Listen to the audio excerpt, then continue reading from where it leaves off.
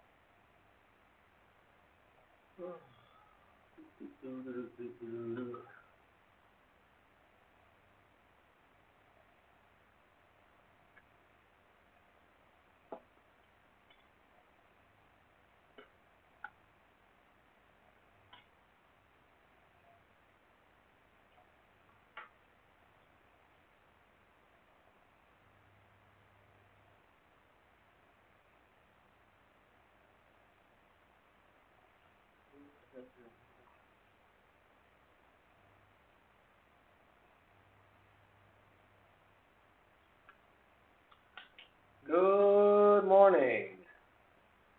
Let me know if my volume level is okay.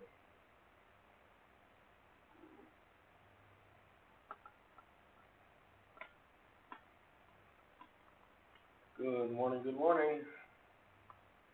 Can you hear me?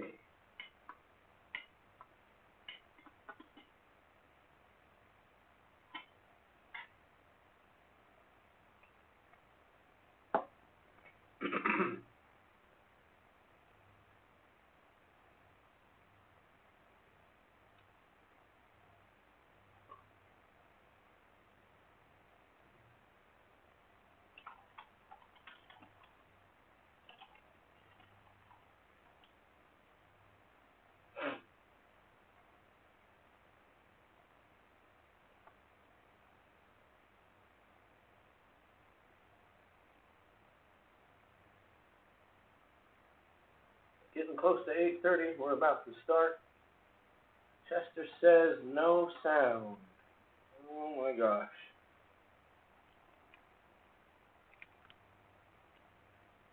Still no sound, Mr. Chester? I wasn't talking for a second. Should be right.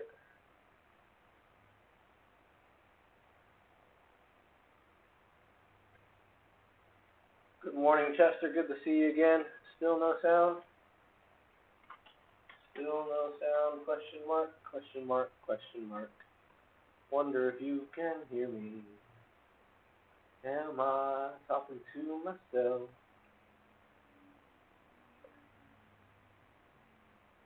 Excuse me. Still no sound, guys? Can you guys hear me? Need to know if you guys can hear me. Need to know. Can you hear me? Nope. Oh my gosh.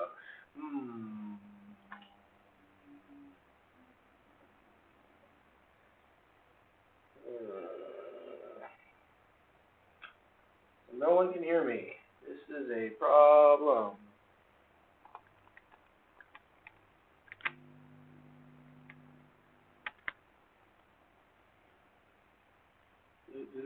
Still can't hear me? Let me know if you can hear me. There, you can hear me now. Okay. Let me let in my crazy puppy. She's hitting on the door. Give me just a second. Will you be quiet? We're on a live recording. Just because you're a 5-month-old puppy doesn't mean you can slam on the door. Jeez. Show some manners. All right. Good morning. Whoa. Whoa there. Hey there. Microphone fell off. All right.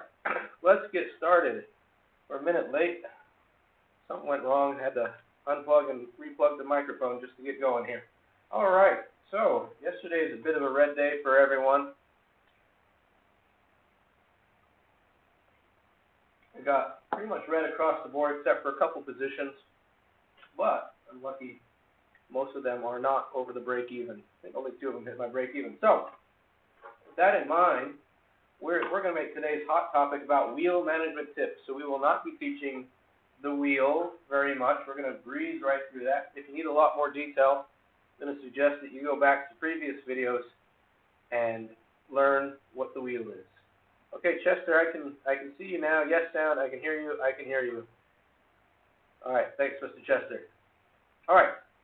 So just for a quick recap, just for those that don't know, wheel strategy is a 2-part option strategy, where first we find a stock that we like and we sell a cash covered put against that stock. So it's we call this a tri-directional trade. If it goes up, we make money. If it goes sideways, we make money. If it goes down, we make money. And if it goes down too much, then we will get assigned. If we get assigned, then we turn around and we use those stocks that we paid for and we write a stock covered call. And then you do that month after month until it gets exercised and the stocks get taken away from you. Another thing you can do is you can do this with stocks, and you can do it with stocks that have a dividend. So you can write the cash covered put at the money and more aggressively so that you get assigned. So you get the premium, then you get assigned with the shares if it goes down. Then you collect the dividends, and after you collect the dividends, you write the stock covered call. Or you write the stock covered call right away, but you do it after dividends would get paid. You wouldn't want to do it, in the same week the dividends come out and get it taken away. If you do that, it's called the wheel strategy still, and then it becomes the triple income strategy. Now I'll tell you, good morning, Gage. Good morning, Gage. I will tell you, I don't myself use the income strategy, the triple income with the dividend stocks, simply because most dividend stocks that I'm interested in do not provide enough premium, so I'm making more money using the wheel on certain stocks that don't have dividends. Usually, if they have dividends, they're less volatile. Okay, but if you're trying to be safer, okay, if you're not trying to make the percentages that I'm making, 4 or 5%, then that is possibly a good way to go, is to do it on dividend stocks. Okay, we're going to skip most of this today. I'm just going to breeze right through this. If you don't know what the wheel strategy is, go back and look at previous episodes. We're going to go right through this, and then we're going to talk about managing positions, because a lot of us are in the red after yesterday's volatility. But that being said, the wheel is a management strategy, and like all strategies, it must be followed to be successful. It fails when you break the rules or you skip important steps. Good way to fail with the wheel is don't do the fundamental research, get greedy, choose good setups over good companies, panic manage too soon. That's going to be a big topic for today. Okay. Fourth one is greed, doing positions that are too large for your account. If you got a $10,000 account, you don't want a 6,000 position on one contract. That's super big. Okay. And then being lazy. Chester, great question. And being lazy, too much sector risk. Having too many similar stocks in the same sector, so if the sector tanks, you go down. You guys can read through this while I talk through Chester. How much credit do you want on the stock covered call? I think we're going to be talking about that a lot today, Chester, as we talk about managing our position. The most important thing I'll tell you right now is if you can get a strike or a premium that's above your break even, then that's what you want to be aiming for on the stock covered call. Now if you do this, we'll talk about it. There's a lot of nuance to this, so we'll talk about it, okay? But that's a great question, Chester. We're going to make that the theme of today's episode, how to manage, especially how to manage on stock covered calls. Okay, how to succeed with the wheel. You do everything the opposite of what I was just talking about. By the way, these guys are good guys. I'm not crapping on these guys. It's just the other day they were talking smack about the wheel on their live account, but then they barely talked about it, and they were acting like most people lose money on the wheel strategy. And that's just a bogus claim, because where did they get the percentage that they know most people lose money on the wheel? Loud people are obviously going to talk about losing money on the wheel because they're loud and they just got hurt. Most people that make money on the wheel probably don't tell anyone. All right, so how to be successful with the wheel. patience. Do the fundamental research. This is a fundamental research strategy. It is not a technical analysis strategy. Balance, prioritize good setups on good companies, trust, manage them properly. We're going to be talking about a lot today. Number 4, discipline. Position size must fit your account size. Like I said, no $6,000 positions on a $10,000 account. That's crazy. Okay? Balance, like companies in different sectors.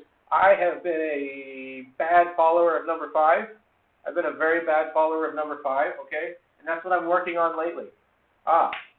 Big thing that I want to talk about, I was going to make a bit more time on this, but I'm not today because we're going to talk about managing strategy soon, is day trading is a day job. Day trading is a day job, and I don't want a day job. Day jobs to me are slavery. Day jobs, you have to show up to get paid. You have to work every day to get paid.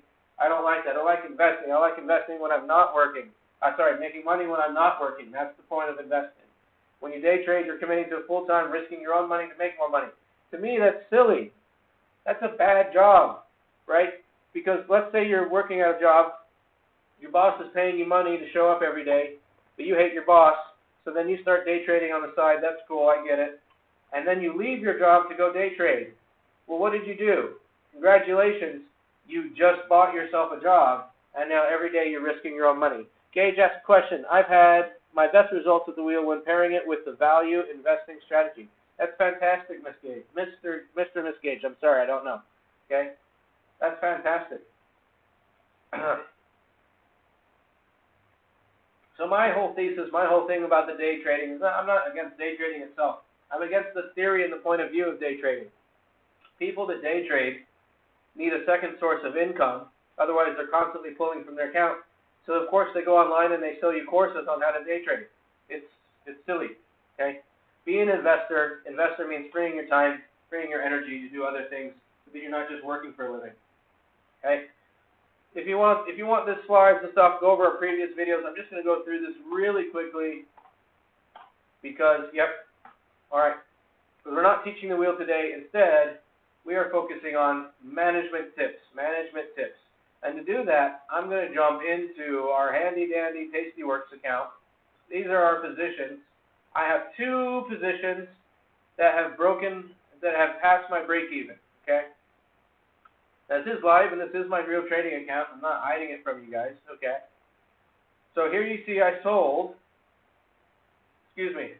I have a sore throat and indigestion a little bit.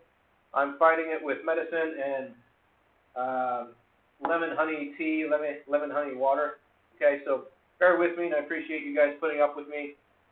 And I'm fighting through this and still delivering content to you guys, so I appreciate you guys being here. All right, so you can see that 14 days ago, I opened this position on Space where I sold the $26 put. Now, I collected $1.34.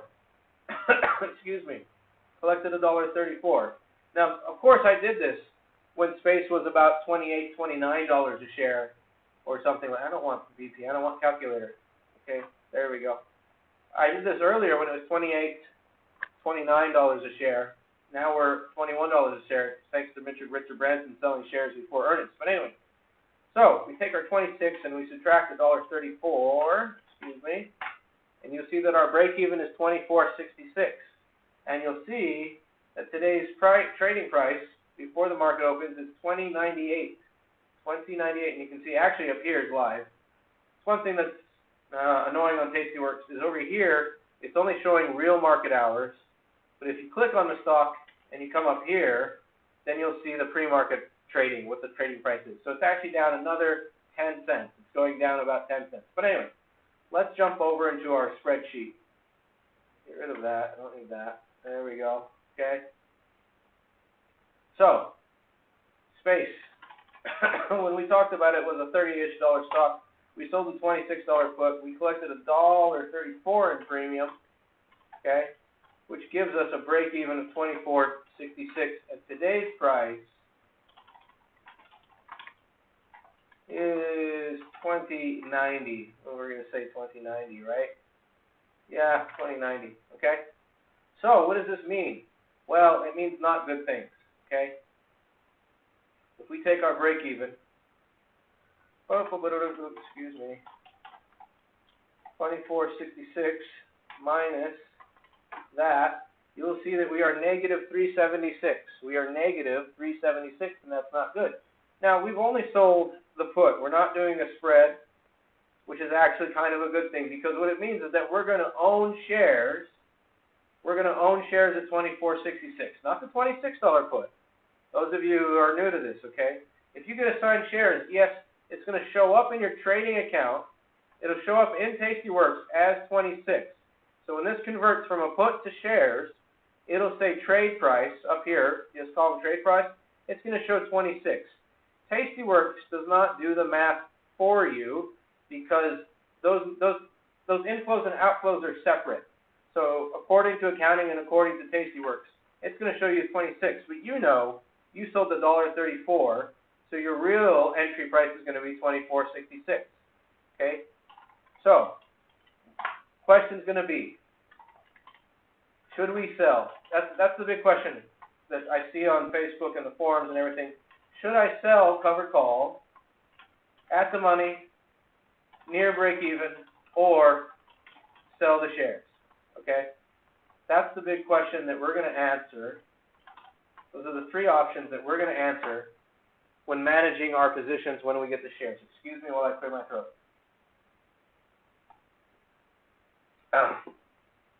Okay, so to answer that question, we're first going to do two things. First thing we're going to do is figure out, do we still like the stock? Are we bullish? Because, or neutral, okay, bullish to neutral, bullish to neutral. If yes, then we want to keep the stock or sell covered calls, okay? If you pass that, Guy Roderes asked, hey Guy, welcome back. I've been using this strategy for 1 year, every week, week in, week out, and I started with my regular account, and then I opened up a strictly wheel account, which started at $25,000, and as of today is now 37, was 43,000. I think 42, 43-ish liquidation value before yesterday. All right, so first thing is that we keep the stock, let me get back to it.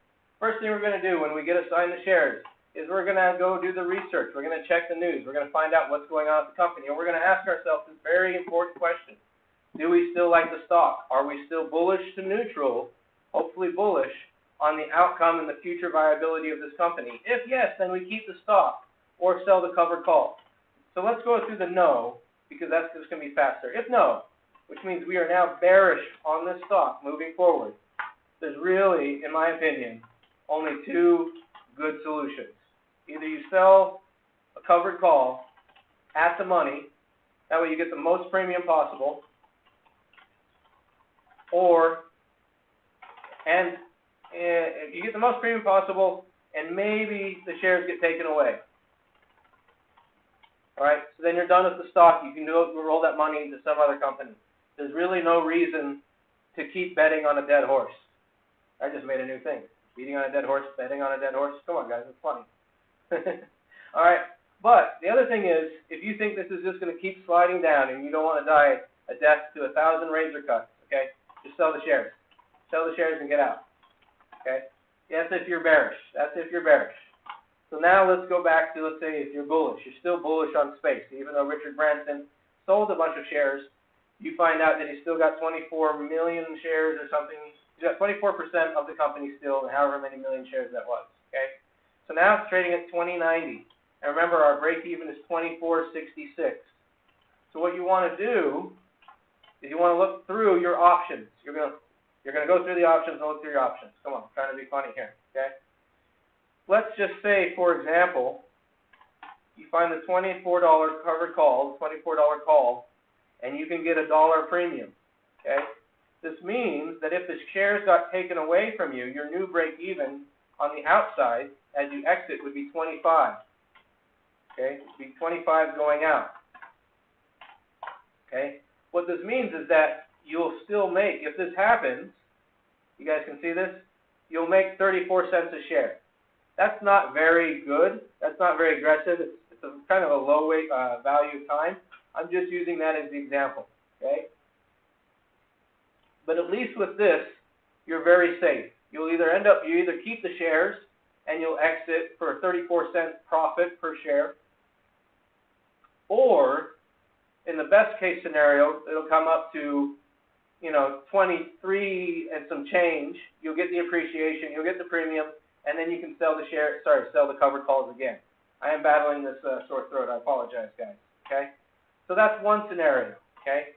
Let's just pretend, I'm going to go through a bunch of different scenarios here, the good, the bad, the ugly. Let's say that at the $24 call, you can't get a $1 premium. You cannot get a $1 premium. Let's say you could only get 25 cents premium. See, this is a negative situation. We'll say, okay, we're changing the math here. That's what we do here. I'm going to create a new line just so that we don't get confused. Okay? Let's say we're reaching back up, we're selling the $24 call, and we're only going to get 25 cents premium. Well, obviously that gives us a new break-even out to $24.25, so this is dangerous. This is dangerous, but we can do it. Okay? I'm not sure we should do this. I want to almost use different numbers here, but let's continue forward. Okay? If you do this, then you want to roll if you will get exercise. So as the price starts to go up, especially if you have 7 days left, okay? Especially if you have 7 days left on the contract and you're about to lose your shares, they're going to get taken away from you because they've gone above your 24. Then you want to roll it forward to collect more premium. Okay? Collect more premium. Now my general rule, and I have to use general rules here because with the implied volatility, the shifting option prices, it's hard to give you guys exact answers unless we're actually looking at some real stuff. Okay? And we don't know what it's going to be yet until the market opens. We can take a look at space. Let's get an idea of what's going on if we had to sell a covered call right now. So let's say you're at the $20. 24. Okay, so you could do the 24 for $1.38 right now, 25 for $1.14, the 25.50 for 98 cents. So we could still get above our break even and get some decent premium on this. Okay. If that's the case, then we can go and we can figure out how much value do we think we can suck out of this. How much appreciation can we suck out of this, and is it worth our time in terms of dollar cost? Now, I'll tell you something. We got to do the ROI differently. I'll show you this here. This is something that I might do.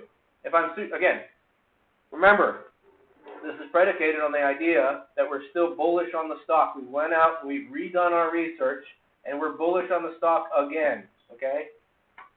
If we do this at the 50 cents, I'll do it in a spreadsheet instead of that, okay? We could do the $29.50,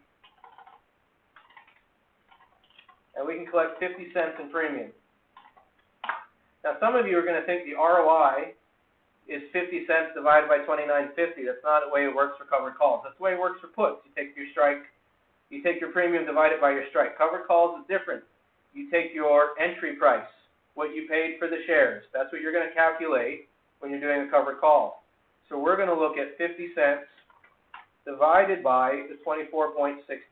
Remember, Tastyworks is going to show you 26, but that's not your actual cost. Your cost is your break even, your previous break even. So if we did this, we'd get 2%. Okay? That might not be that great, but you say 2% premium. If you exit, your break even on the exit will be $30. Your break even on the entrance was $24.66. So take 30.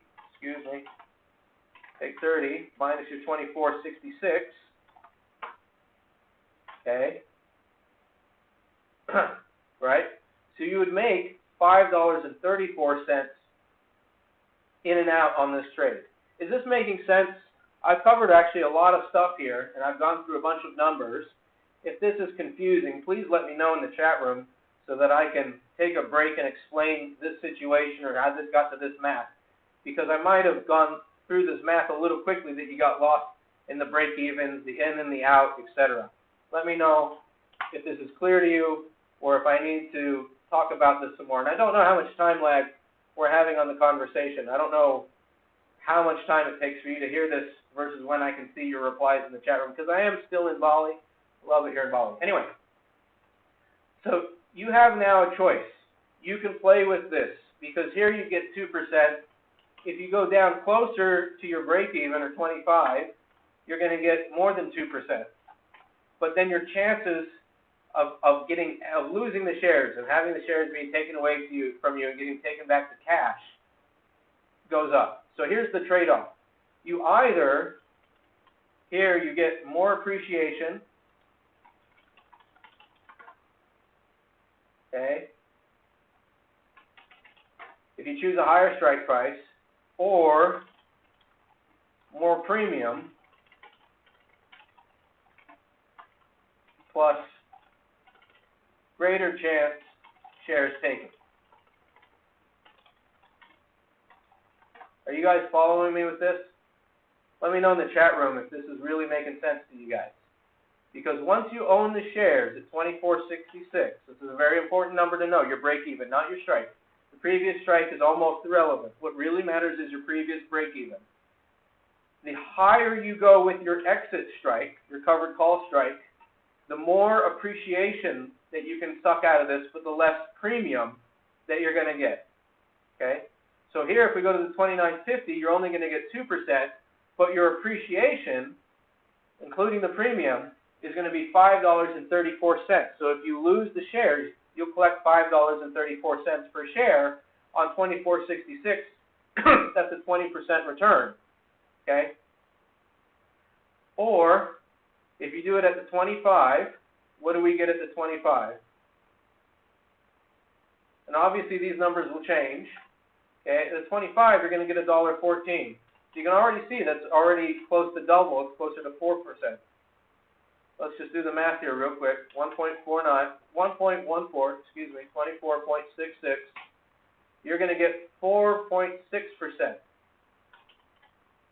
Whoops, 4.6% on your premium. But then your exit break-even, let's call it EBE. I've never used this term before, but I think it's a useful term, is going to be 26.14. And obviously, equal sum 26.14 minus our break-even of 24.66. You would exit the trade with $1.48, and you would lose the shares in this case. Okay, you would lose the shares. So this is the thing that you got to play around with. Okay, I don't know the right answer all the time, right? I can't tell you in this video which is going to be the right exit price. Do you go 50%? Do you do this? Do you do this delta? I like to just look at the numbers, and I kind of base it on how bullish I am. Am I super bullish on this company? Do I think, and do I want to go back to cash? You have to figure that out. There's too many, you see what I'm saying? There's too many subjective variables here for me to give you a super clear answer. Except, you're always trying to get above your break-even. That's the only super clear answer I can give you. If you're always above your break-even, then you're always safe. And you follow that about 90% of the time. But if you think there's some huge upside to the shares, then you can do a couple other things. Let's go back to another couple scenarios. Because so far, it looks like you guys are pretty good at following this, okay? So 1A, what do? We sell above the break-even for the right mix of appreciation and premium. And this is a good time to tell you guys, if you guys enjoy these videos, do check out our description below. We do have a Discord chat. I'll send out invites if you guys want one. And we have a tip jar, so you guys can tip me. If you're saving money, making money watching these videos, we do appreciate it. And most importantly, tell your friends. Tell your friends to come watch these great videos, because it's more fun when there's more people in the chat room. Okay, now 1B, you can't sell above the break-even. Okay, now you have to make a choice. Let's just go back and pretend, like we were doing before, that you couldn't get to 24.66 and make good premium. In fact, maybe you can only get a penny at 24. Okay, what do you do then? You try, this is try, to get above 50% of the distance. And this is my own rules, okay? You guys can figure out your own rules. If they're different than mine, that's fine. To the break-even while still collecting good premium. Okay? with the intention, this is the important part, this is all about the management today, of rolling if the shares are in danger. Does this make sense to everybody? If the shares are in danger, does that make sense to you? We're saying in scenario B, you're still bullish on the company, but you're so far away from your break-even, not the strike, the break-even, the previous break-even, the entering break-even, that you can't really sell. You can't really sell the covered call at the previous break-even. So what do? Well, you're going to try and gain some distance to it. You're going to try and look at least 50% out, sell the covered call while collecting decent premium, whatever that means to you. 3%, 4%, 50 cents, a dollar. You're trying to get, what you're really trying to do is you're trying to climb back up. Okay, you're trying to climb back up, you know, a quarter at a time, 50 cents at a time, a dollar at a time, depends on the stocks and the shares, towards your break even. You're doing this like a weekly, monthly type of thing. You're climbing up. So it's not just about the percentages, it's also about how many times can I do this to get towards my break even. And only when it's in danger of getting pulled do I roll it early, unless I can close for a profit, okay? Now 1C, let's just say you can't even climb, or you're super bullish. You're super bullish on the stock, okay? And so maybe you don't even want to sell the covered call. Or, like I was saying, you can't climb. I'll give you guys a good example of this. This is a real example from this year. Clean Spark. Clean Spark or Clear Spark? I think it's Clean Spark. Clean Spark. CLSK. I always forget if it's Clear Spark or Clean Spark, okay? Excuse me while I clear my throat. This is a real trade, okay? Where was it? $12. Okay, you guys watching this? I was selling puts when it was between here. It was 10 and 12, 10 and 12. I was selling puts on this company. And then for no good reason, just bad luck, no bad news, no earnings, no sector decline that I know of, just nothing. Right? It went from $12 a share when I was selling the puts to a low of $7.55, and it stuck between 8 and 9. You guys following me on this? Okay? And I couldn't figure out why. I was going through the news. Like I said, we go to step one. We go and reevaluate, and we figure out, do we still like the stock? I couldn't find any reason to hate the stock. Okay? And it just dropped 30%. It went past my break even. I could maybe sell covered calls, but I wasn't going to get much premium. So what did I do? I did 1C. Okay? Don't sell covered calls. Don't sell the shares. Just wait. And it took a few months. Okay? They came out with some great news. What is this? So from here, from September 28th to November 30th, I just sat there, did nothing, didn't sell covered calls. They announced that they were buying a Bitcoin farm mining company, and they were using their hardware on the Bitcoin farm. And then, boom, they jumped up to 38. I wish I could tell you I'm an amazing trader and I sold it to 38, but I'd be pulling your leg. I sold around here. I sold around here at the 27. So that was in late January, or it might have been here, somewhere in here around the 27. Could have been there. Anyway, so what did happen to me? Well, I had a break even of about 9 and some change, and I ended up selling it to 27. This was a stock that I had previously was making 5% a month. So I didn't make 5% in September, October, November, or December, but then I made it all back. Okay, I made it all back in January, let's say late January. So September, October, November, December, January, about 4.5, 5 months. It's actually the end of September, so let's call it 4 months. So instead of making 20% over 4 months, what did I do? I made 300%. I made 300%. I only wish I had a lot more. It was actually a small position size. I'm not lying to you guys, okay? I'm not trying to beef myself up with some amazing story and try and convince you guys of something great. I had a small position on it. I liked the company. I couldn't figure out why it tanked, so I just held the shares and I made 300%. Chester Wilson asked a great question. His break-even is 22.91 on space, and I have not been assigned. Do I roll now or wait for assignment? Chester, what is the days to expiration? What is the expiration on your contract? I want to take a look at this. Now, Guy, are you still with me? So I want to answer any questions that you might have, Mr. Guy. And Chester, let me know the expiration on your contract. I wish I knew how long the delay was between me talking and you guys being able to chat back to me.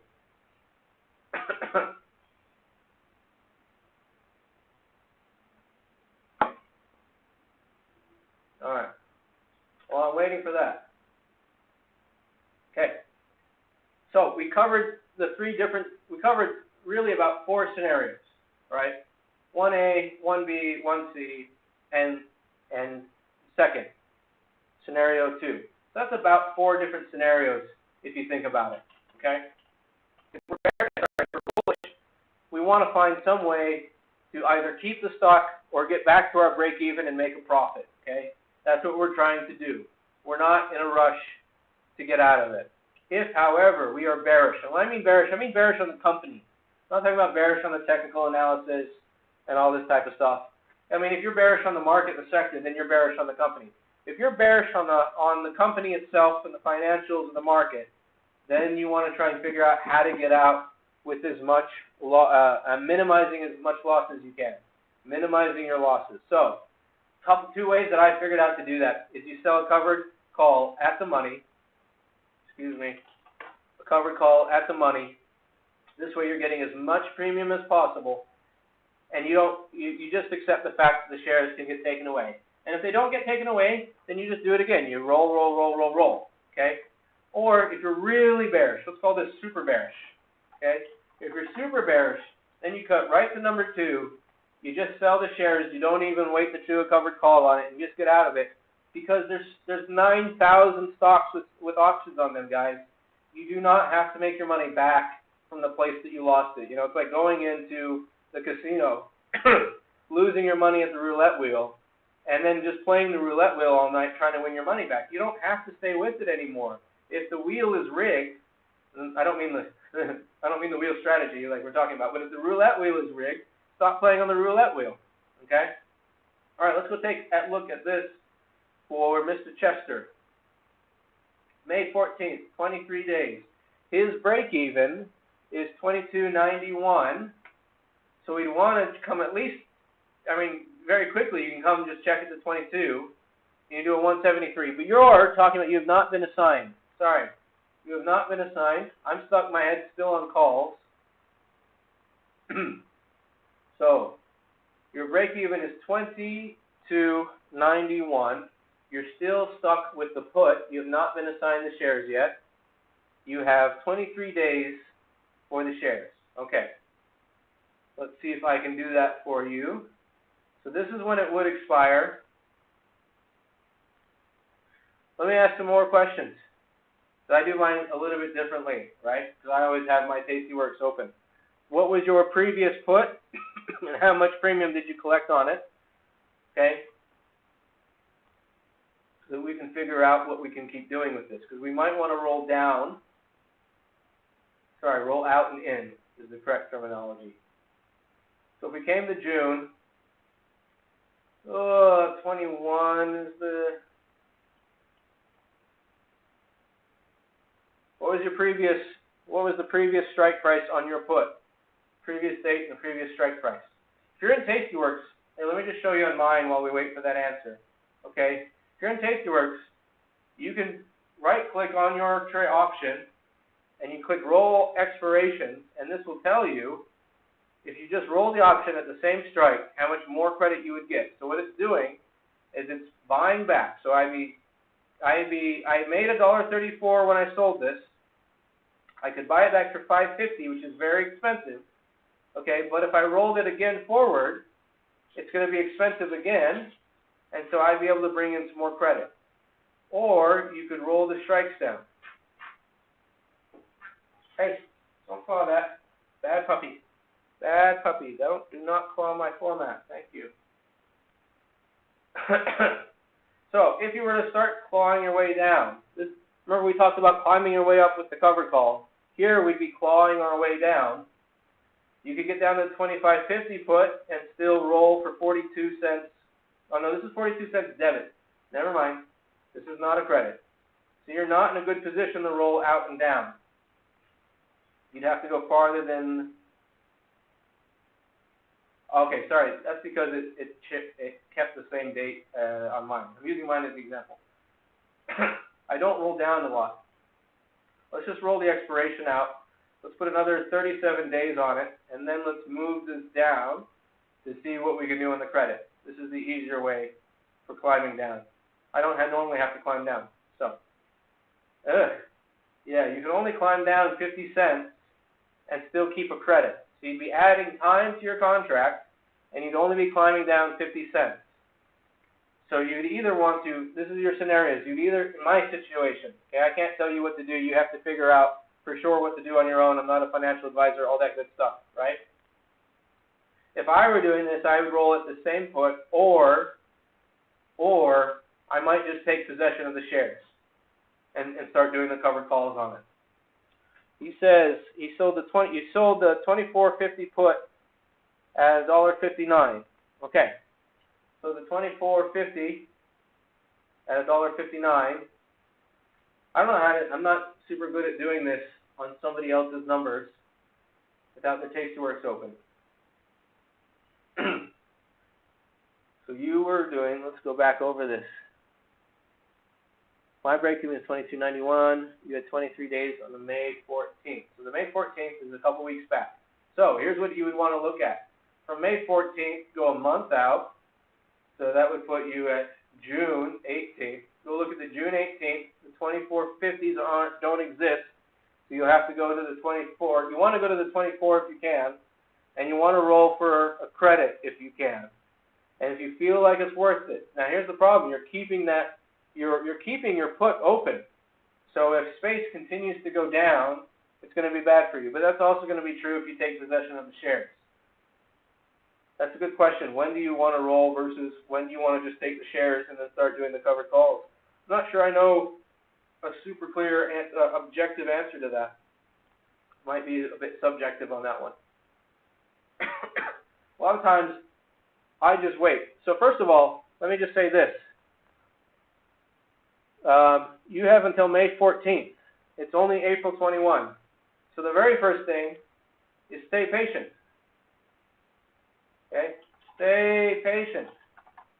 Stay patient. That's what I would do, Chester. Because I would be patient. I wouldn't be trying to roll it now. I'd be waiting for it to bounce back up. Sorry if I'm messing up. This throat cold has me a little bit distracted, and I'm not used to having to figure out somebody's rolling because I have to think about your strikes and all this other stuff. I can do it so easy in Tastyworks when it's my own. You saw how easy that was. Well, the first thing I would say is be patient and wait till you're about 7 days to expiration. Wait until the last week. Okay? How am I doing, guys?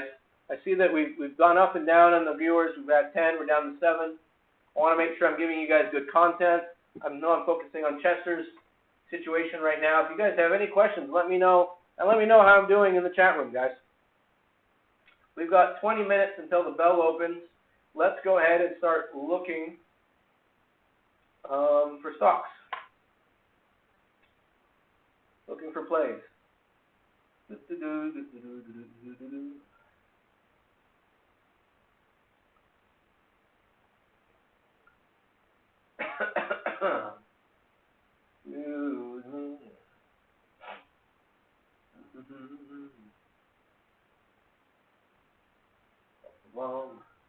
you guys have any questions? Let me know in the chat room. Chester, did I answer the question well enough for you? Do you get some ideas out of that? Remember, I can't tell you what to do in your own situation because I'm not your financial advisor. I would get in trouble because I haven't passed the Series 7 and got a license to sell insurance, because that's all a financial advisor is, by the way, is a guy who's licensed to sell stocks and insurance. The guy could be actually terrible with his own personal finances. As long as he's got a license to sell stocks and sell insurance, then he is a quote-unquote licensed financial advisor. Good morning, Mr. Wayne. How are your positions doing after yesterday's madness? And are you looking to open anything? Today we've been talking about tips on managing your positions. And I think I covered what I wanted to cover, but if there's anybody else has any questions on managing positions, let me know so that we can cover them. In the meantime, I guess we'll go back and we'll look at mine. So on space, I have 16 days left to expiration. So I'm not going to try and manage this right now. I'm going to wait for space to come back up. Here we can see a clear downtrend. They're continuing trending down. I would want to go read the news on space. So I go to finance and I go to Google News. Type in the stock ticker symbol.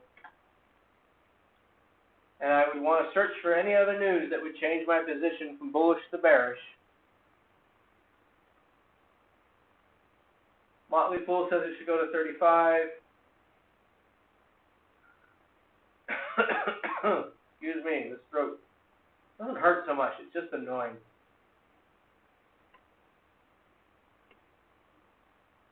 We come take a look at the conversations and look at the news.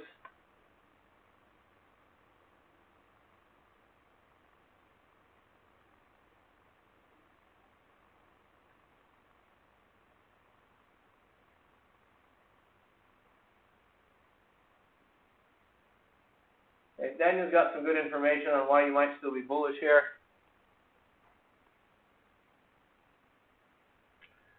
Gage asked, do you use margin? Yes, but I probably shouldn't. And if you're new, I definitely would not until you fully understand all the math behind equity, liquidity around margin trading. Okay? I have a main account where I do a lot of my buy and holds. I started with margin. I hold in margin. I've been overexposed there. I've had to pump cash into it to save my Tesla shares. I'm actually up, but I just keep, as it keeps going up, my margin increases, my buying power increases, so I kept buying more Tesla shares. So I'm just a little bit overextended there, even though I'm still profitable. But for the wheel, it's a very personal question whether to use margin. However, if you're asking, the answer is no, you shouldn't use margin, right? If you're asking, that means you don't fully understand all the margin. You're not fully comfortable with it yet. So then the answer would be a no, because you'd have to be able to figure out the yes answer yourself. Does that make sense, Gage? Wayne says portfolio dropped about 4K yesterday. I'm in the same boat. Do not plan any new positions today. Yeah, I kind of want to, but we'll see how it goes. Wayne says waiting to collect some of my 7K in accrued dividend. Nice, 7K in dividends. Is that monthly or it's probably quarterly? Quarterly 7K dividends. That is pretty good, Wayne. Congratulations. All right, let's look what Daniel says about SPCE. Chamath sold a bunch, but still owns 15 million shares worth $300 million, so that's good. Branson sold less than 10%. The news made it sound like he sold everything because they just don't say how much he sold in a lot of the headlines. So he's not very meaningful. He still owns 56 million shares worth of $1 billion, so that's good. ARK has the ARK X now, which is buying up Virgin Galactic, and I think they might have it in another one of their ARK funds. They bought 735 shares. Oh, but they sold some.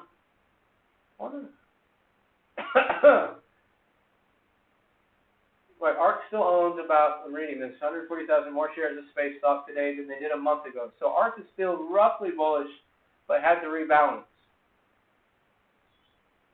Yep, okay. Turning fundamentals, things look good. I don't know how you can say that about a growth company. There's no there's no earnings. So the fundamentals can't look great except for debt. Right? Let's go look at just so we're doing this for you guys. If you just joined us, we're talking about managing our positions. We're talking about as things start to get to your break even, what do you do? Do you roll it forward? Do you cut your losses? So the first thing you want to do is, number one, is wait. If you're not close to expiration date, just wait. That's the answer that I would, if I was in Chester's position, that I would do. And the next thing that you do is go read the news. Go reanalyze your stock. So if we're looking at space, let's just pretend that I wasn't super bullish. I'm trying to figure out if I'm still bullish on space. So they spend about $73 million a quarter. They have $678 million in cash. So they have 9 quarters left. That's over 2 years in cash that they continue to operate as is, as they're currently doing, before they need to make sales or take on any loans. So that is very, very good. They're in a very good cash position. And if we look at the debt, 141, divided by 803, we see that they have 17.5% of debt on space. So even though this is a company with no revenue, no income, or at least not their main source of income, they could probably be selling patents and other solutions to things that they've been solving while they're building these spaceships, okay? That's why I'm bullish on space. It's not just because of the money that they're going to make by putting rich people in orbit, okay? It's by the amount of patents and engineers that they're going to have in their company. When you solve really big problems and you get the world's best engineers working for you, you're going to have lots and lots of patents and lots of ideas. That's why I'm super bullish on space. I'll be honest, I did sell because I knew space would drop. So actually, Wayne was asking if I'm going to open any positions. I might open a position in space today. I got to figure out. Technically, maybe you should wait for an uptick or 2 upticks instead of selling it while it's still downtrending. We don't have any major green candles, but what would happen, we got earnings coming out May 4th, that's in less than 14 days. It's a good question. Okay, let's go say May 21st, if I was to sell a put, take 20, and I want to times it by 0.15, did I do that right? Now 20 times 0.85. If I was to sell the $17 put, I'd collect 78 cents. Let me clear this out. I'd collect 78 cents. My break even would be $16.22. $16.22 divided by 2080. Today's price is 2080. I would have converted. I would have 22% break even percentage, and at 78 cents, I would get 4.5%. So I could get 4.5% on this company that I'm still bullish on, and I'd have a 22% break-even percentage. So the company would have to fall another 22% from where it is today. Actually, I did it from the 20, so it actually has more break-even percentage. Let's do that properly. 16.22 divided by today's price, 2080. Okay, maybe I did do it right. I thought I did it wrong. But I'd have 22% break even, and I would make 4.5%. That clicks my gears. And most of the time that I was selling puts on space is when it was at $19, $18 a share. I don't know if they're really going to go back there. It really looks like they're just coming back off of their hype. Like, here's when, if you're looking at this, they were going to do they were getting close to putting Richard Branson and other rich people in orbit. And then that was going to start bringing in tons of revenue for the company. And then they had that emergency cancellation. The rocket couldn't fire, so they couldn't do it, so they pushed back the timeline. And then Chamath sold some shares, and Branson sold some shares, and then here we are back today. But they're right back to the previous trading range.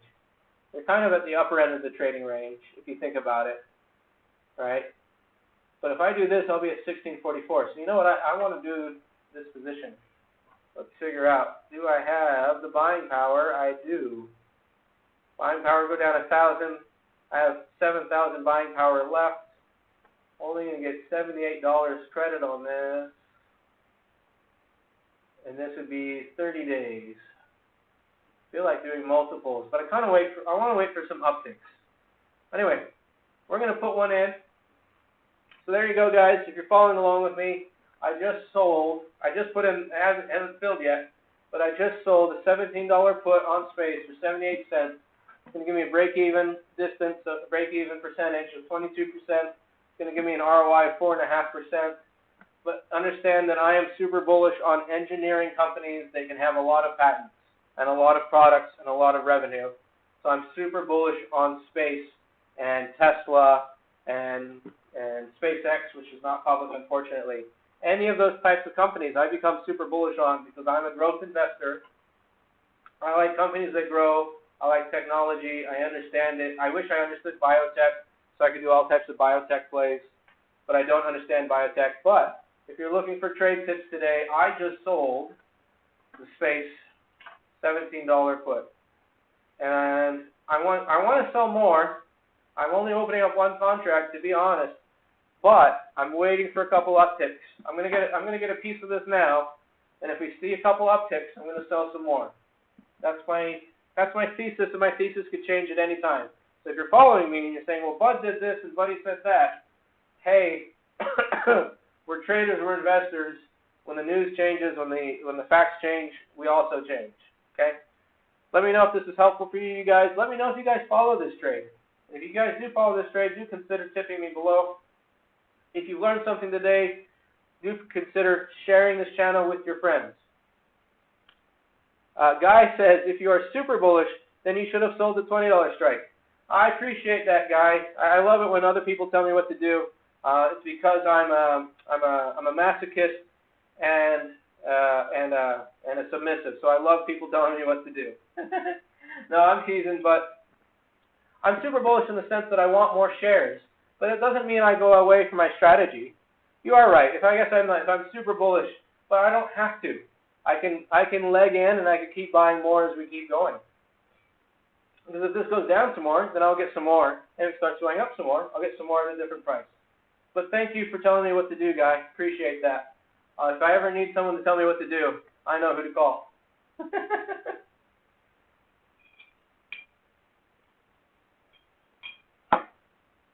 All right, guys. Do you guys have any other trade ideas or positions that you're thinking about putting on? Let me know.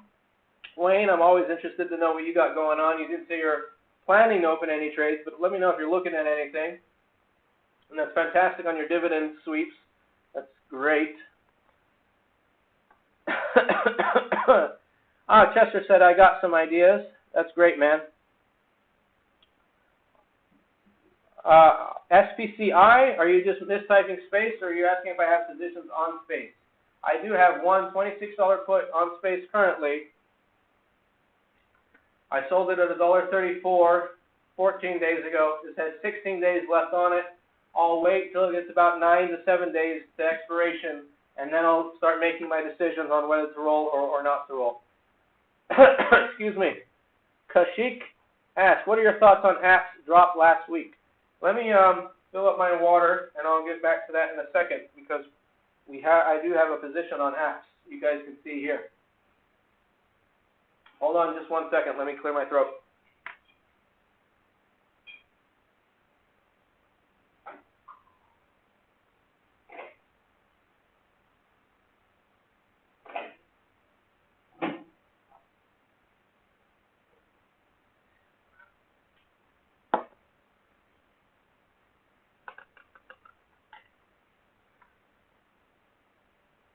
Sorry about that, guys. Hopefully this throat will clear up soon. I finally started taking medicine. I'm the type of guy who doesn't take medicine until I've already been sick for a week.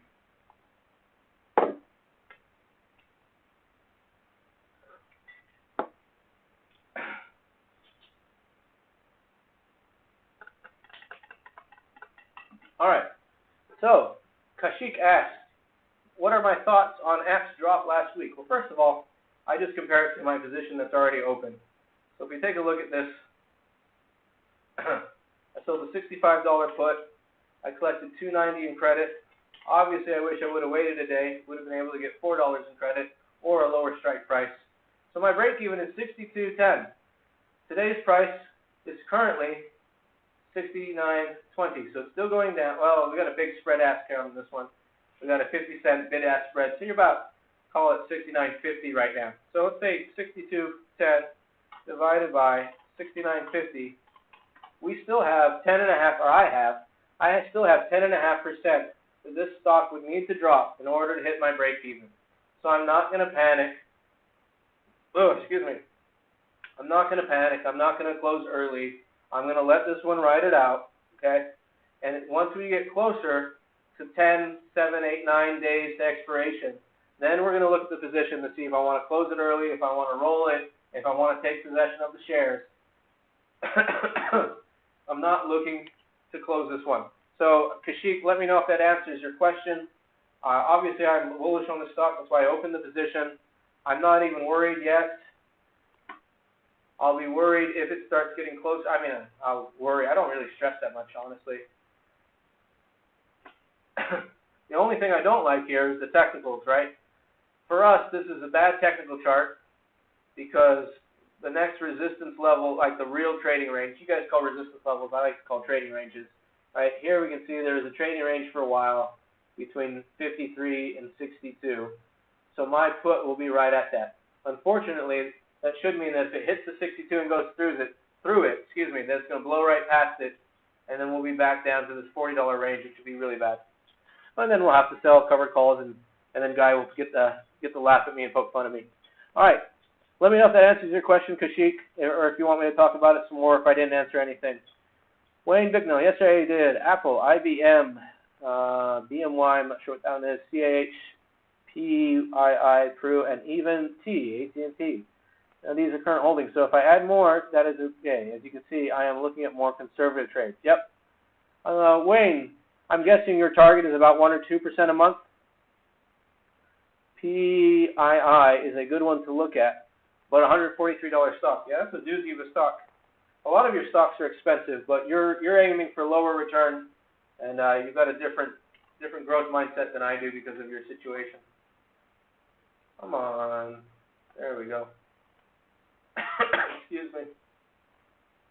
I do want to take a look at this PII, right? Polaris. Okay. Oh, they make all the equipment. Somebody else was talking about this one. Either you were talking about this, and I saw you talking about this, or somebody else was talking about this. It's a very niche market, right, with outdoor equipment stuff. I wonder how bad they got hurt with COVID. 1 year. Now with COVID, I wish that there was a 2-year option. Oh, man. Did you buy some of this during COVID in March? That'd be a fantastic uptick if you bought most of your shares in March, man. Look at that, 300% return if you got that in March. Oh, let's come over to Wall. Where's my Walmart? Where's my Walmart? Man, Walmart has a bug. Sometimes you can't type into the search field. I really like Walmart, but I don't think they're going to survive. I think they're going to go out of business. I don't need to sign up or pay for anything, so I don't think anyone else does either. And their site seems like it's getting worse, not better. Wayne Bicknell says, I wish I had bought in March. Yeah, we wish we bought everything in March, right? Everything was on sale. Of course, you don't want to be buying stocks. The world's going to end. You want to be buying gold and ammo and water. You need a lot of water. What am I looking at here? Excuse me. Revenue quarter. Oh, we are open live. Let me take a look at this. Space got filled at 17.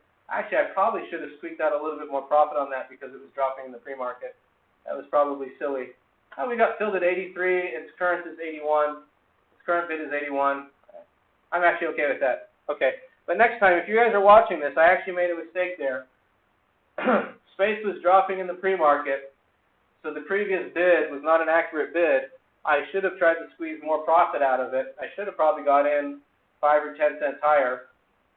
But luckily, Tastyworks isn't the worst thing in the world. I got 83. It was currently trading at 85.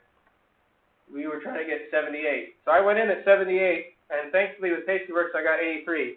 I'll tell you what, if I had done that on... Puppy, you're calling me. Excuse me. If I had done that on Interactive Brokers, I probably would have gotten filled right at my level. Because that's what I've done. I've put the same trade in on Interactive Brokers and Tastyworks, and I'm going to tell everyone I know about this. I put the same trade in and 30 seconds apart from each other on both networks, and Interactive Brokers went right at my limit, and Tastyworks got me 6 cents better. 6 cents doesn't sound like a lot, but that's $6 times 10 contracts. That's an extra $60. Let me tell you, that adds up and buys me a bit of sushi, and I love sushi. All right. Polaris has a 24% quarter-over-quarter growth. Year-over-year growth is pretty small at 4%. They are a market cap of $8 billion. They are a bigger company than I thought they'd be. I mean, it makes sense, though. Institutional ownership is super high, 76%, plus another 6% insider. So you only got 18% in float. But that's a lot of people that like the company. Stephen and James are selling their shares in 2021 recently at a 133. This is President PG&A. Okay. You got President of Motorcycles and International, President PG&A. I wonder what PG&A stands for. Unless you are subscribed to the Interactive Broker Premium and pay commissions. Yeah, that's a good question. I don't know which account I had on the Interactive Brokers. I don't know, guy. That's a good point. Thank you.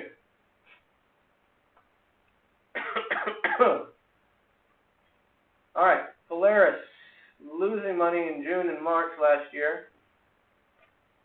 COVID shouldn't have really shown up in their March quarterlies. Oh, okay, it's the end of March quarterlies, so it did show up. Okay. So they lost money during COVID. They usually make $300 million per year. Excuse me. They've already made, no, that was December. They made 198 in December. Whoops. Just going a bit slow here. We take 198 divided by the 634. They've got, no, I did that backwards, sorry. 634 divided by, well, we're not dividing because they're positive. I'm so used to looking at growth companies, aka negative earnings. So these guys have unlimited orders. They do have quite a bit of debt. 3.4 divided by 4.6. One calculator. 3475 divided by 4632. They have a lot of debt. Did you notice that, Wayne? They have 75% debt on the books. I'm sure you're still bullish on them, but that's a lot of debt. Normally I'd pass over something like that. If they do need to raise cash, they're obviously going to be issuing shares. No one else has mentioned any stocks to look at, so I'm going to go look at PII. If you guys have any stocks that you think might be a good trade or you just want me to look at, you guys let me know. Implied volatility is only 40%. You're getting 5 at the 140. I can't do the math in my head right now. 3.5% at the money, so you're going to probably get 1% out of the money where you want to be. We've got huge bid-ask spreads. Let's call this $1.25. $1.25 at the 130. That gives you your 1%.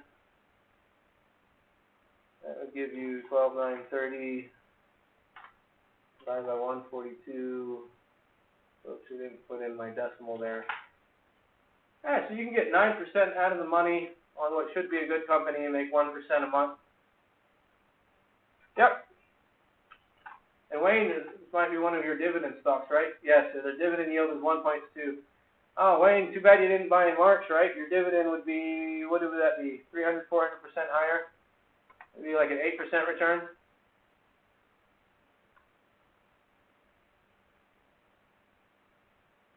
$41 to $140, so yeah, almost times 4. Call it 3.5. 1.7 times 3.5. You'd be getting a 6% return on those dividends if you bought in March.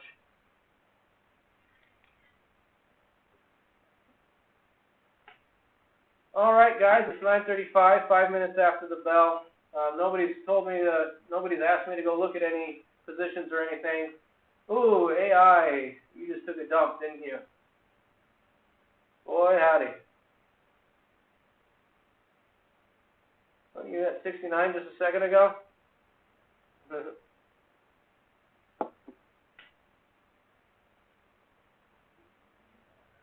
am I looking at here?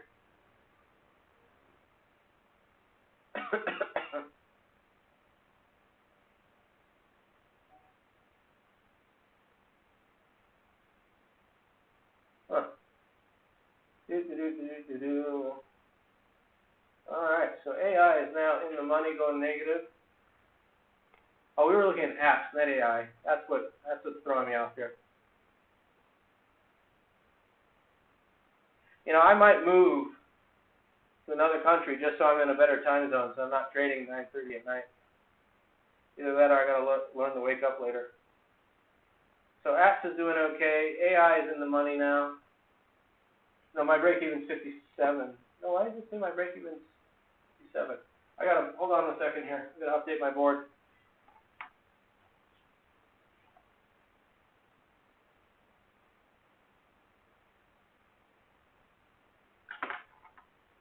Oh, never mind. I got AI in another account. So I've got two break-evens in AI. I got one at 61.60, which we've just blown past, and I've got one at 57. So one of my positions is in the money.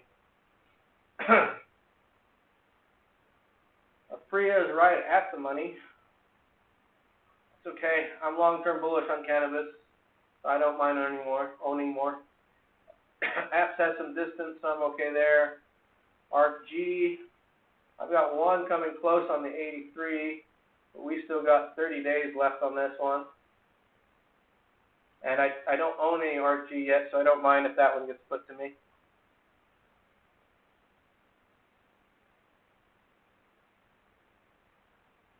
Wayne says, I think of going to the Philippines, but trading late at night is now fun. I think you mean no fun. Maybe it's now fun or maybe it's no fun. I think you meant no fun. Yeah, the Philippines is great. For living, I like Bali better, but Philippines can be fun to visit. EU is in the news about artificial intelligence, and then Gage wants me to look at RKT. Let me manage my positions here real quick, and then we'll jump to your guys' stuff. 45, 44, GRWG. My break-even is 42. GR is getting very close to it. Again, I'm still long-term bullish on cannabis stocks. And they're a derivative. They're not even cannabis themselves. They sell growing equipment. So I don't mind if that gets put to me. Hillian, now I wish I probably didn't do that trade. 850 put. I opened that up 7 days ago. I might have to manage that one if worse comes to worse. What else do I got? Kodak, INO, still dog shit. This is a bad one for me. Kodak. I think Kodak, I'm getting pretty close to breaking even on those. Kodak isn't even a wheel trade. It's in my wheel account, but that's the only account I had money in to do an arbitrage. I was trying to do an intrinsic, what I call an intrinsic arbitrage trade on Kodak while it was shooting up in the pre-market. And then IV Crush screwed me. I couldn't get out of it even though it kept going up. Oh, what's Riot doing? Oh, blah, blah, blah, blah. Riot, for those of you looking who haven't seen my channel before, I collected $27 premium on some crazy puts when it was at 70 or above 70. And I sold 9 other contracts out of the money, so these shares are free. 17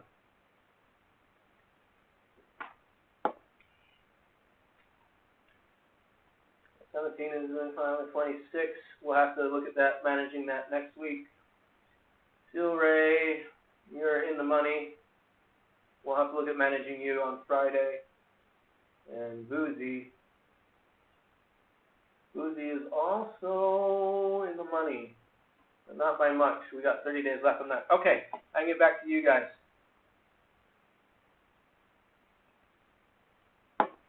So Gage was first. Thank you, Gage. We're going to take a look at RKT. Rocket Companies Mortgage Finance. I'll tell you, I don't do finance. I haven't had any luck with finance, but I will look at this for you. Institutional ownership is always high with finance companies, so that's nothing to be surprised or happy about. PE is 12. Doesn't tell me revenue quarter over quarter for some reason. Is this a foreign company? Where is this company based out of? No, they're headquartered in Detroit. Excuse me, guys. I don't know if you can hear those burps. It is involved in, it's because of this hot water lemon stuff I have to drink for my throat. It is involved in originating, processing, underwriting, and servicing predominantly government-sponsored enterprises and forming mortgage loans. So Fannie Mae type stuff, right?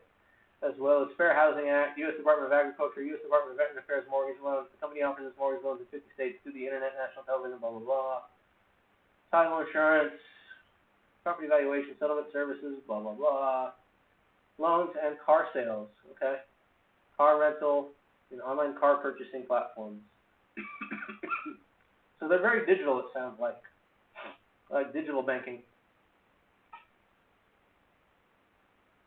All right, cool. So, I mean, if they're digital, then they're kind of maybe disrupting the scene. We'll have to take a look at what they do. Cash on hand is, it's kind of not worth anything. I mean, when you're dealing with finance, cash is the inventory. So seeing high cash on hand versus income or versus monthly, quarterly spending doesn't really mean much, as it would in some other companies. Liabilities to debt, they're over 50%. I don't know what that means on finance. Again, I'm just not big on finance companies, but they are 78% debt, but debt could be their product. So we have to figure out if that's normal for them. Yeah, it's pretty normal for them to have that much debt. So that's actually where they're trying to keep it. So they're borrowing money to loan out money. So obviously the more they borrow and loan out, they're good, and then they're creating this 20% buffer is what it looks like they're doing over the last 2 years. Their profit margin is going down 19 over 20.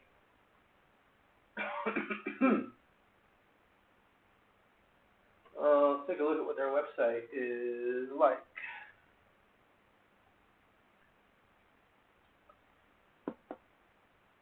I'm going to do my best for you on this one, Gage, but I really don't do too much about finance companies.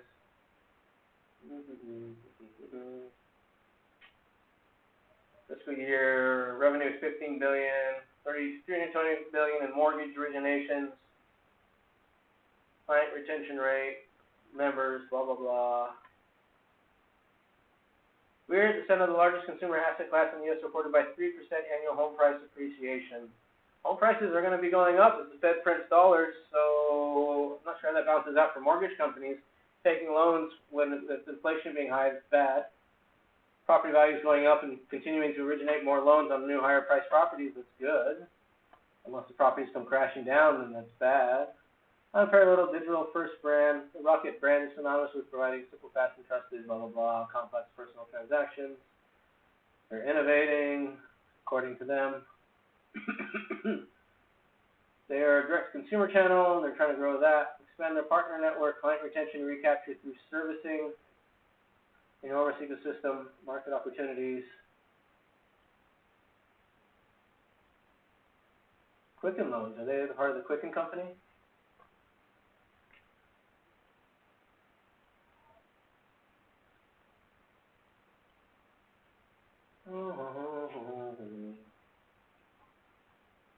Alright, I'm not going to look too much more into this company because I'm just not going to care enough about it and know the inner workings of banks enough to know which ones are good and which ones are bad. But let's take a look at the option chains themselves. So I can tell you more about the setup than I can about their operations. Earnings are on May 27th, so May 21st is a little close, but we could do it. You're going to get $1.37 at the money. 21, that's 6.5% at the money, so it's going to be very, very hard to get 5% out of the money and still get a happy return. We're seeing a big wide-ass spread on some of these numbers. You're seeing that at the 50s, you're not getting much open interest, but on the H dollar mark, you are getting good open interest. Currently trading at 21, so let's go down to the 19 and see what we get. Maybe you get 57 at the 19, you get 3%.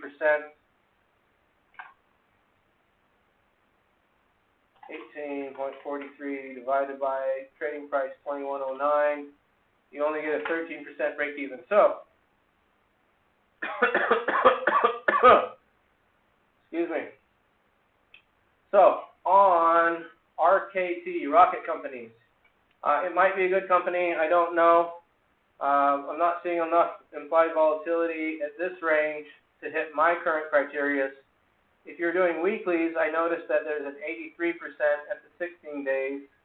So if you don't mind being shorter out, maybe that's something that you'd want to take a look at. I personally don't like to do weeklies or inside of 15 days because then your break even just isn't that good most of the time. Whoops, wrong number. 18.67 divided by 21.13. Come on. Calculator. 18.67 divided by 21.13. You still get 11.5% in 2 weeks. Sorry, you get 11.5% break-even percentage. 0.33 divided by 19, and you get 1.5%. You're getting the same trade, even though it's a higher implied volatility. 16 days, 30 days, you're getting the same trade. So this wouldn't meet my criteria. Gauge, but if there's some reason that you like this company, if you're bullish on it, and 3% is enough for you, then that might be something to look at, but it's not something that would meet mine. Guy says, look at the implied volatility. Of course, it's going to be super high on Riot. Bitcoin keeps bouncing up and down. Riot is a Bitcoin mining company. Riot makes profit as long as Bitcoin stays over $6,000 a share, because you can do the hash rate versus their kilowatt hour per cost, and you can figure out what their cost to operate is, including their leases, because especially they're a publicly traded company. So somebody else did the math. It works out to about, as long as Bitcoin's above $6,000 to $7,000 per Bitcoin, that Riot. Are you talking about? I'm sorry, Guy. Were you talking about Riot or Royet? Maybe you're talking about a different company, and I'm talking about a completely different company. No, I think you're talking about Riot, and you just typoed it. It's okay. Yeah, but you know, that comes back down to doing your fundamental research. Implied volatility is good. We sell options, so high implied volatility is good. I assume that you're saying that it's too high and that you should avoid it, but I actually like the company I like the company, and I like that it has high implied volatility. All right, Wayne says RKT may be the largest nationwide mortgage company. They advertise a lot. Interesting to know. Yeah, I don't know anything about RKT. But the setup is only moderate. It's good for low stuff, but nothing else. Yep, Guy. I did. I figured you were talking about Riot when I typed in Royet and couldn't find anything. Chester says, EU the country, not EU the stock, wants to regulate the use of artificial intelligence for applications. Yeah, the EU does a bunch of stuff. Oh, good job. Good job, Guy. I hope your put spread is super successful. I hope it works out for you. And I do like put spreads as well. As long as the credit, I'm assuming that you sold it, so I'm assuming it's a credit spread. Yep, so you did a credit spread on Riot. I hope that works out. I hope that works out for you. That's great. Yeah, I don't know. The EU makes some weird decisions sometimes. I wonder how that artificial intelligence for applications will affect Tesla, Chester. Excuse me, guys. Sorry about that. All right. So I've managed my positions. Nothing really is expiring that I need to care about. Nothing's too far in the money, except for stocks that I'm okay with owning because of my long-term bullishness on cannabis. Those are the only ones that are, and space. I'll probably own some space and some cannabis stocks. Helion's the only one that I really need to think about rolling when that gets closer, but we're at 23 days. If you guys have any more questions, any more topics, it's already 9:50. Tonight's gone by pretty quickly. Thank you for the 6 of you that are still there. I want to remind you guys, the most important thing you guys can do to help me help you is share the channel with your friends and family.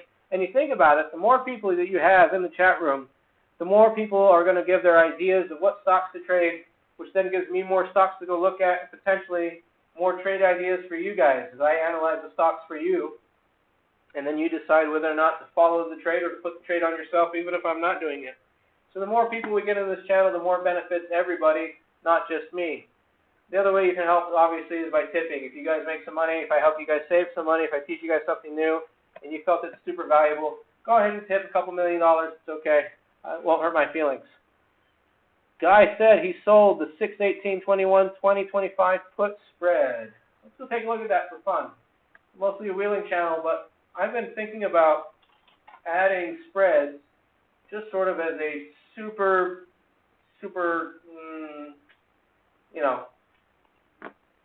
trying to think of the word I'm trying to think about here. 06/18. 06/18? What is 06? 06 is June, so you went 58 days out. Okay. Cool. So So even though on the wheel we normally don't buy a lower put, I've been thinking about if you can go out and buy the penny puts. It protects you from any massive super downsides on it. So you can come out and buy, this $5 put in case the company ever went bankrupt or did a Bernie Mac or an Enron or a Nikola. You can catch yourself. I haven't done it yet. The last 5 trades, I looked at doing it, and there wasn't enough options. There was no open interest, so you couldn't even get down to a penny. It's kind of interesting. So what did he do? He sold the June 18th. Some guy does mostly put spreads. Yeah, I think that's a better way to go in some of the situations. I'm happy doing the wheel, and I'm happy owning the stocks. And like I said, with that clean spark, I know you're not big on my strategy, and that's fine. Everybody has their own strategy. But on my clean spark, if I had done the put spread on it, I probably would have gotten taken out on both sides. It would have been cash in, cash out. So I probably would have just lost money, whereas 3 months later, I tripled my money. Yeah. Well, I don't call them naked puts. They're covered puts. But, I mean, it's kind of the same thing. You can always go to zeros as far as it can go. All right, so what are we talking about? We were doing the 20-25 put spread. So you came out and you sold the 25 and you bought the 20. So you're collecting $1.23 in credit. And if we come and look at whenever you guys do put spreads and stuff like that, really helpful. Why is this showing up so weird? Come on. Can you center correctly? Can I do it? Can I center it correctly? There we go. Why is it showing the 70? Did I do something wrong? Let me clear this just to be sure. What is going on with this?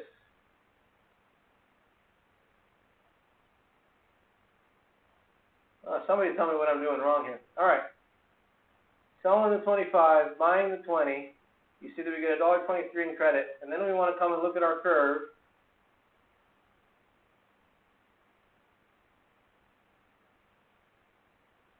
It's adding in my shares for some reason. Okay. It was because I own shares of Riot. It was trying to do it as a covered call, and I actually don't know what the hell it was doing with the shares. Why were the shares even involved there? He got $1.30. Now we're getting about $1.23, so he's coming out a little bit better. But just to show you guys that are watching, excuse me.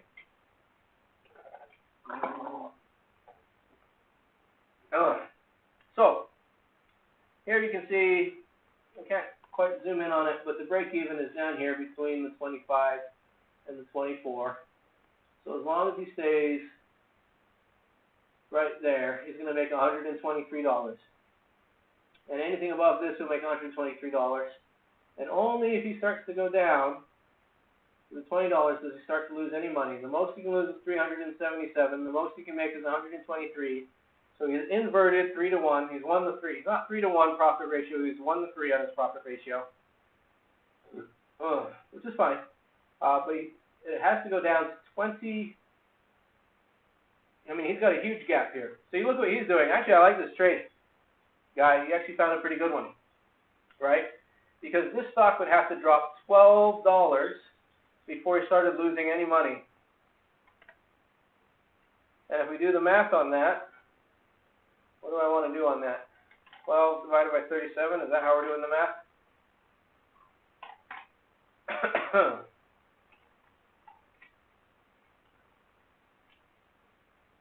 Right, so 12 out of 37, I mean, basically do the math is basically 36%. I think I did the math right on that. So this stock would have to drop 33% for him to lose any money on this trade. That's actually pretty good. That's pretty sexy, guy. I actually like that a lot. One thing I don't like on that is if it does get put to you, you just cash in, cash out. Whereas I would actually want to just own the shares. But I like it, though.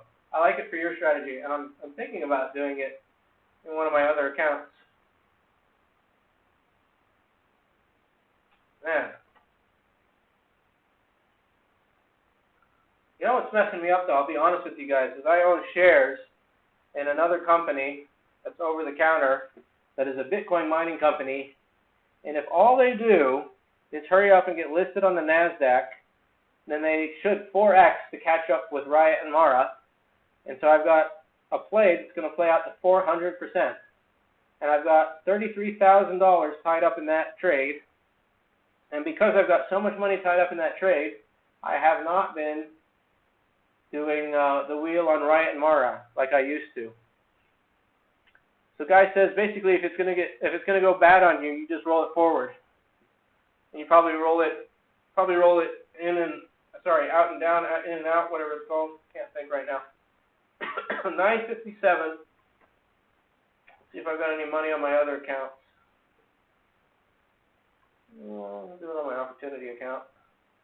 I'm going to follow you this one, Guy. Thank you, Mr. Guy. Thank you for sharing that. Guy asks, what's the ticker? That's my secret sauce, man. I got to figure out how to make money off that secret sauce one. No one's asked me in the Discord channel. I always told people if they sign up for the Discord and they ask me, I tell them in the Discord, but nobody ever did. I think I sent it to one person who donated. I don't know if he followed or even listens, but that's my secret sauce. I might make a video on it. Honestly, it's not that secret. There's already videos on it. If you went out there looking for it, you might already know it anyway. If you know it, don't give it away. It's okay if you give it away. You still won't know for sure if it's mine. So we looked at Polaris today. We looked at Virgin Galactic. I put on another trade with Virgin Galactic. Thanks to Mr. Guy, I'm going to be doing a put credit spread. I almost said put debit. The put credit spread on Riot. BTCS. Assuming that's a stock symbol, right? What are you saying with BTCS? I'm too tired to figure it out.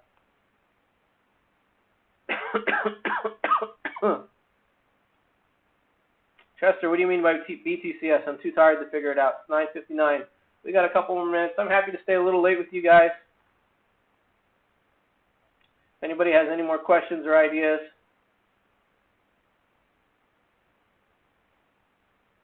Guy says it is good for, yeah, it's true. If you guys buy it, it is good for me.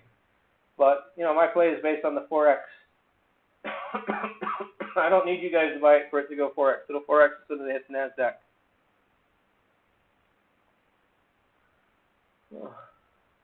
Chester, what do you mean by BTCS?